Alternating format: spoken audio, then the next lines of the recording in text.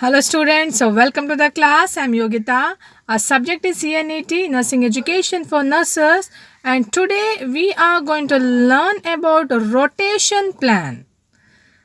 The word itself will understand it's about rotation. Rotation means where you are placing students for their level of knowledge and experience purpose in their professional course. That's what called rotation plan. Now here types of rotation plan, mainly two types: master rotation plan and clinical rotation plan. Now when you talk about master rotation plan, it is nothing but you are planning for one academic year what you're going to do in that one academic year in that particular course. Now, for example, if it is a BSc nursing course, you are planning a master rotation plan for first year, second year, third year, and fourth year. In this one year, when they will have their theory classes, when they will have their exams, their extracurricular activities, they are having their postings, all these things are summarized and it's written in a paper. It's like a blueprint of your academic curriculum. So this is called master rotation plan. Next is clinical rotation plan. Now this will help us to understand where the students are placed in their clinical experience time. Maybe if you take a first year BSc nursing, they are having a practice of fundamental of nursing. When they come to second year BSc nursing, they are having medical surgical nursing and community nursing, and in third year they are having medical surgical, pediatric nursing, mental health nursing. Fourth year they are having administration posting and they are having community posting. See, different subjects, clinical experience or field experience is required for a student in particular year. Now that is planned according to that. Students are posted in different areas, might be in the field or in the hospital. That's called a clinical rotation plan. Now, the principle of making this rotation plan. So, you should have a adequate knowledge about the curriculum. How many subjects they have got, how many hours to be completed in a theory block, and how many hours are required in a laboratory, labs, and how many hours of experience is required in clinical practice. So that should be make a total calculation. Along with that, you need to include some extracurricular activities, some leaves, vacations, and some what else? Some cultural programs, sports days. Such all things can be included. Then you're making a total plan of your rotation plan. Now, when you make a clinical rotation plan, that's really very important rotation plan, because this will give you an idea where the students is placed in which block, which date, which month, and who is supervising them.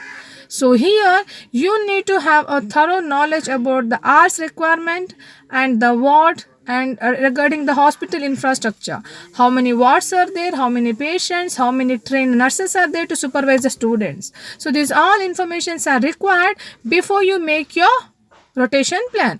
Also, you must know that how many weeks of posting, how you make a group, how many students you're sending on a day duty, night duty, how you're going to change your shift. This all information must be included in the rotation plan. Also, a rotation plan is planned prior to your academic begins. In advance, we are making a plan so that we will have all the ideas, like how we are going to shift the how we are going to split the students in different blocks. So this is the way you're making your rotation plan. Now, what's the advantage of rotation plan for the student from a learner point of view? Now, students will get information. They know about the objective of their rotation plan. They know that which posting they are having, where they got posted, and they'll get all the experience in that particular hospital. Now, for example, if the student is having a medical surgical postings, now we can shift the students in all the blocks. We can post them in OP, IP, emergency, ICU, wards, medical ward, surgical ward. So we may have different wards. Based on the requirement of their subjects, we can post the students in different wards. And student will have advanced information from when to when they are posted in that ward. Student will also have an information that with under whom they are working. And one more thing is that prior information should be given to the hospital in charge, NS or DNS, anyone, so that they are able to train them, they are able to track them. A strict attendance must be followed when they are in a clinical posting. If they are in a field posting like community posting, there also strict attendance must be taken, and we should consider what all the community work they have done. They can give a lot of programs that must be considered in their practical block.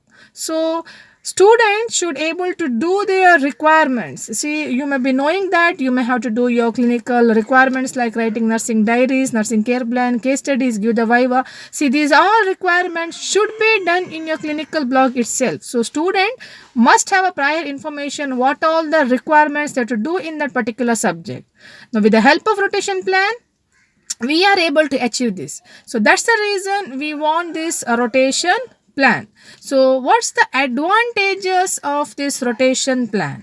Now advantage of rotation plan is it helps us to finish our requirement of professional course. Especially when you talk about nursing, nursing is not only a theory block. It's not just like other degree courses where we will sit in the classroom and listen to the lecture. No, not at all. Here we have a practical experience also. Students are posted in hospitals, clinical areas, field.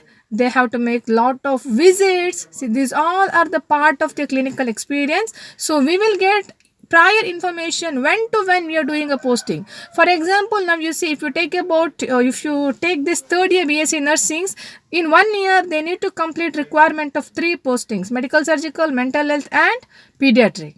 It's not so easy to send them all together. So we will have a proper plan, a proper channel will be there, that how we will have a rotation of each students, how many days they are going for a duty, how long they will be there in the clinical block, how many hours will be completed, and how they will and when they will come for a theory block. If you're making morning is practical block, afternoon theory, how well you're able to manage that, because even we should consider students are also human being, they also need rest. So how many hours per day they are working? See, this all calculation we are going to get because of this rotation plan, because we are making a clinical rotation plan in advance, not on the day of posting, in advance. This also help us to check any duplication of work, because sometimes one student may repeatedly posted in the same ward, she might miss the other ward. So that can be checked when you plan it in advance.